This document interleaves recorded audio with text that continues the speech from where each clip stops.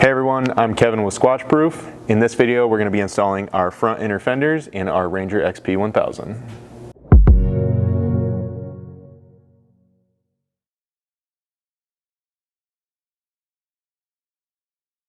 So you can see here, we've already got the passenger side in place, leaving this to be the driver's side.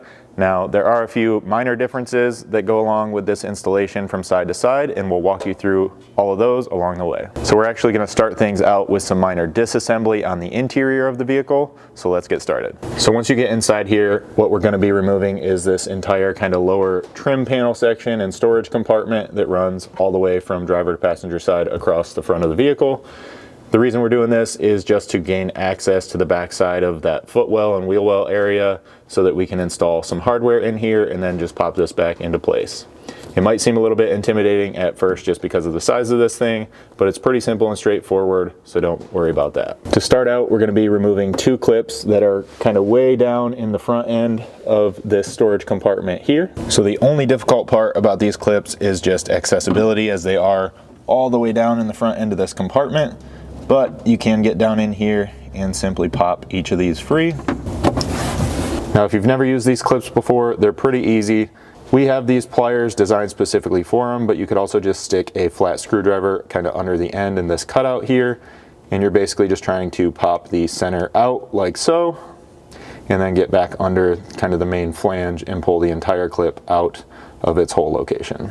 So once you get the two clips removed down in there, you can move on to these upper mounting screws. Those are just going to take a T40 Torx socket, and there's 7 of them that run along this top edge.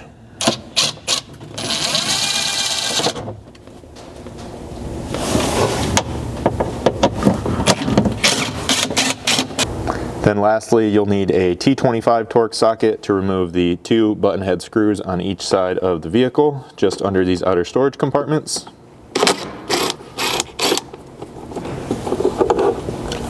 With the final 2 removed, this whole compartment should easily kind of just drop down out of here. And then we're just going to set it gently up on the seat for now so it's out of our way and we can access our hardware. Now on our standard 1000 non-XP, we noticed that some of this interior disassembly and configuration was a little bit different than on our XP 1000 Crew. So we'll walk you through the disassembly on this one now. Now this one is assembled with all the same style clips and screws and fasteners. So the actual individual fastener removal processes will be just like on the XP 1000, it's just configured a little bit differently. So with all that being said, we'll start off our disassembly with this main center storage compartment down here. This one's held in with 6 of those kind of push pin center plastic style clips. There's 2 up top here, 2 kind of hidden down on these outside ends, and then 2 way down deep in the bottom of this here. Once all 6 of those are removed, this should simply slide straight out of its compartment here, and you can set it off to the side. Now getting that out of the way should give you all the access you need to install the hardware for the passenger side inner fender. And now we got to get to work on everything for the driver's side. For this side, we'll start off by removing the cup holder section of the upper dash panel right here. That's just held in with 2 more of those plastic clips right here at the front edge. After you have those 2 clips removed, you can simply grab a hold and pull straight out to free that up. And then we're going to just lift this up now and remove the 2 clips underneath here as well. Then continuing over toward the driver's side, you'll have 2 more clips here just above the steering wheel and 1 out here just above this outside cup holder.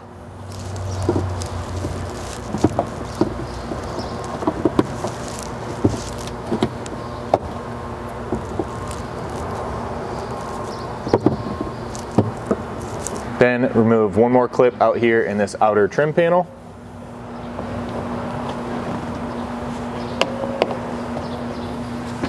Now you'll grab a T40 Torx to remove the 3 main mounting bolts here for this outer trim piece, along with these 2 if you're equipped with a set of doors.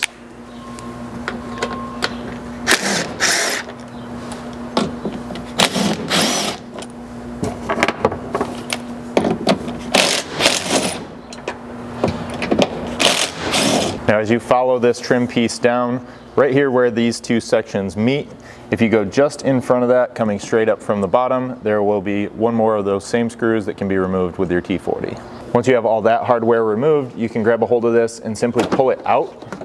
You're basically looking to get it out past the edges of these trim panels here. And then we can just leave that while we finish up a couple more screws inside. Now moving back in here, you can grab a T25 and there's going to be 2 screws down here just under these storage compartments that need to be removed.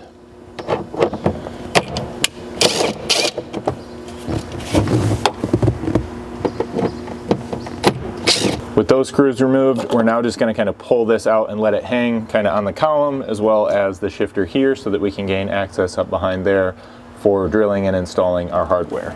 So for that, you may have to lift up on this upper section and maybe pull out on that outer trim. And basically, you're just looking to get it pretty much to this point so you can get up behind here.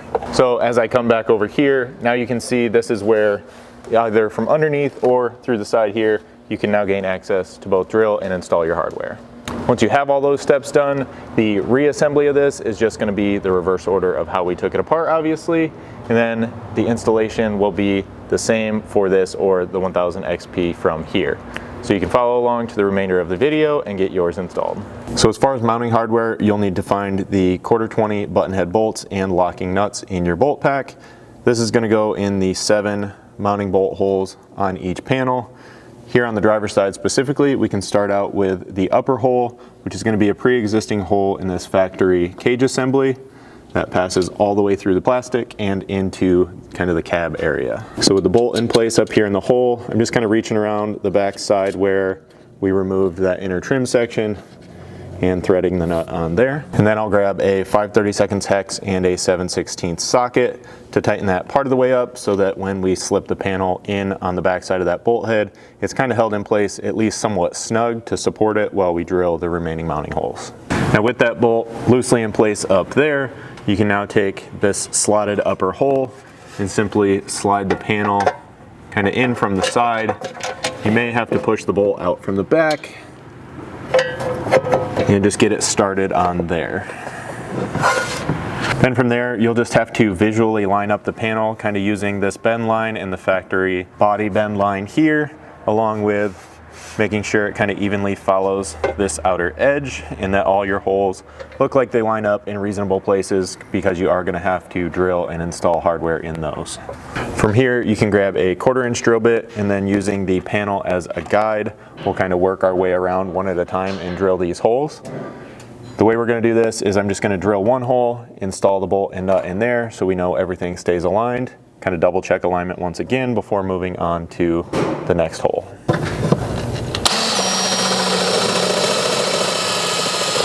Then just be sure to clean any debris out of that location before installing the next bolt.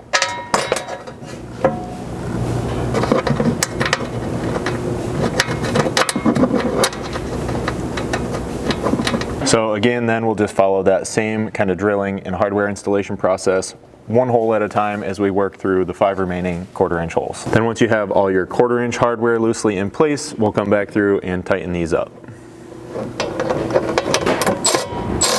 Once you have all your 1/4-inch hardware tight and holding this panel firmly in position, we can move down to these 2 lower mounting holes where we'll be drilling and installing 3/8 thread cutting hardware. So for these, you're going to need a 5/16 drill bit as well as probably a slightly smaller pilot bit to get you started with this hole.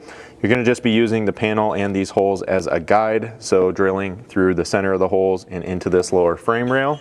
And then if you've never used these thread cutting bolts before, basically we're just going to stick them on an impact and they should, with a little bit of pressure on the back of it, cut their own threads in here. After that, we'll be swapping them out for some black button head hardware for a clean finished look. Now, as you can see, we're going to be bolting this over top of this factory plastic skid here. You do have the option in this location and in this instance to either unbolt this from the bottom of the vehicle frame, kind of drop it down out of the way, get this installed, and then button everything back up. Or you could even, kind of much like they've done from the factory here, just trim out some of this plastic around here, but it should be fine either way. And this is going to be kind of the quickest and easiest installation process. So I'm just starting out with a good sharp 1/4-inch bit here as my pilot.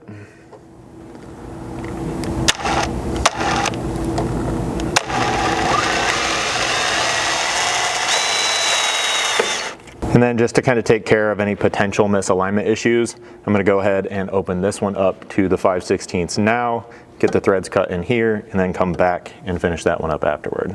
So we've got the larger bit installed, and then it's just kind of opening this hole up.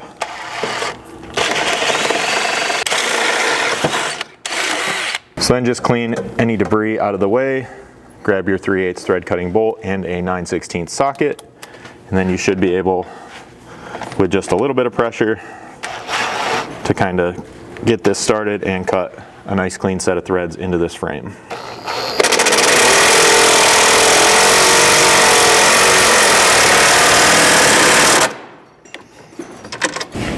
With that kind of snug and holding this in place, we can now come over here and open that next hole up to 5/16.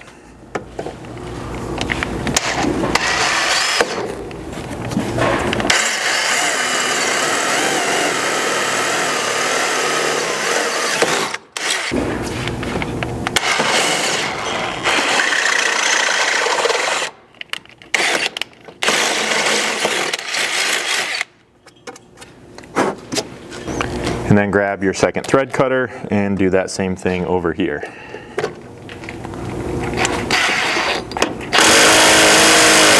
With the threads cut in both holes, we can just one at a time get these removed. And then find the black 3/8 button heads in your bolt pack to thread back into these locations. These will tighten up with a 7/32 hex.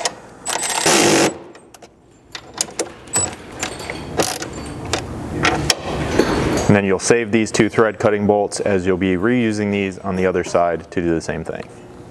So once you get over here to the passenger side, the only real difference to point out is with this upper mounting bolt, where the driver's side had that existing hole in the metal frame section, you're not going to have that over here, so this hole will have to be drilled as well.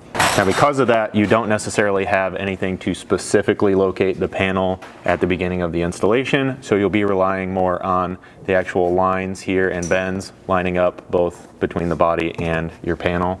So just pay close attention to those locations, as well as making sure you're kind of square here and that you have adequate space to bolt down on the bottom. After you've completed the installation of both of your panels, you can then jump back inside and kind of button things up in there, just following the reverse of how you got that removed. So that'll just be sliding this lower trim back into place and reinstalling all of that factory hardware. Just as a reminder, that'll be the 7 larger head screws up at the top, the 4 smaller head screws down at the bottom, and don't forget to reinstall the 2 clips down in that storage compartment. So that'll complete this installation. Now, as always, if you guys have any questions about this product or anything else we offer here at Squatch Proof, don't hesitate to reach out to us. You can send us an email at info@squatch-proof.com or just give us a call at 269-323-1162. Hey everyone, I'm Kevin with Squatch Proof. In this video, we're going to show you how to install our steel front inner fenders on our Ranger XP 1000.